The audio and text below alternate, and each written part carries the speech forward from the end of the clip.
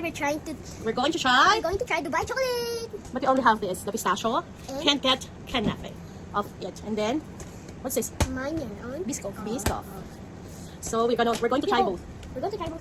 Let's now open. Let's open it. You want me to do it or you do it? Kuya, you do it. Oh, this is Do tayo. okay, sorry with Tagalog. Ano kaya? Hi, Dad. Ito siya. Sakit mo. Na-break na siya. Yun, Dubai chocolate. Yup. Malambot na siya. Oh my God, excited na ako. Taste it. Yung pinapabili ko dati sa'yo kay Patis. How was it? How was it? How was it? Ay, yung ano? Sikat. Hindi. Ang tawag yan? Hindi, yung yan. Sarap. Masarap. Masarap siya. Dati masarap siya. Uy. Sarap, diba? Diba? Okay. Di mo ba natin yung green part? Walang green part yung sa'yo. Nakaka-addict nga siya.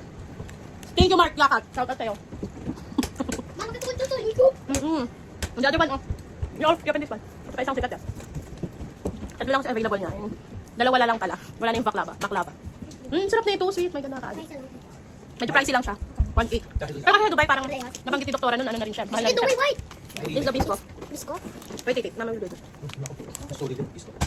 Biscoff. Wait, taste it pa na ako. Sa'yo ulit yung first. Small bite na lang. Small bite na lang daw. Tama na ako, big bite. Ay, grabe. Ang tamis. Ang tamis ng Biscoff. Mayroon naman ako sa sweets pero matamis. Tama, small bite lang siya pagkakakain. Tapang, bakit? Mas masarap to. Mas masarap to. Ito pa yan. Masarap parehas pero mas masarap to. Kain tayo. Bye! Yun lang. Thank you, Mark Yakat.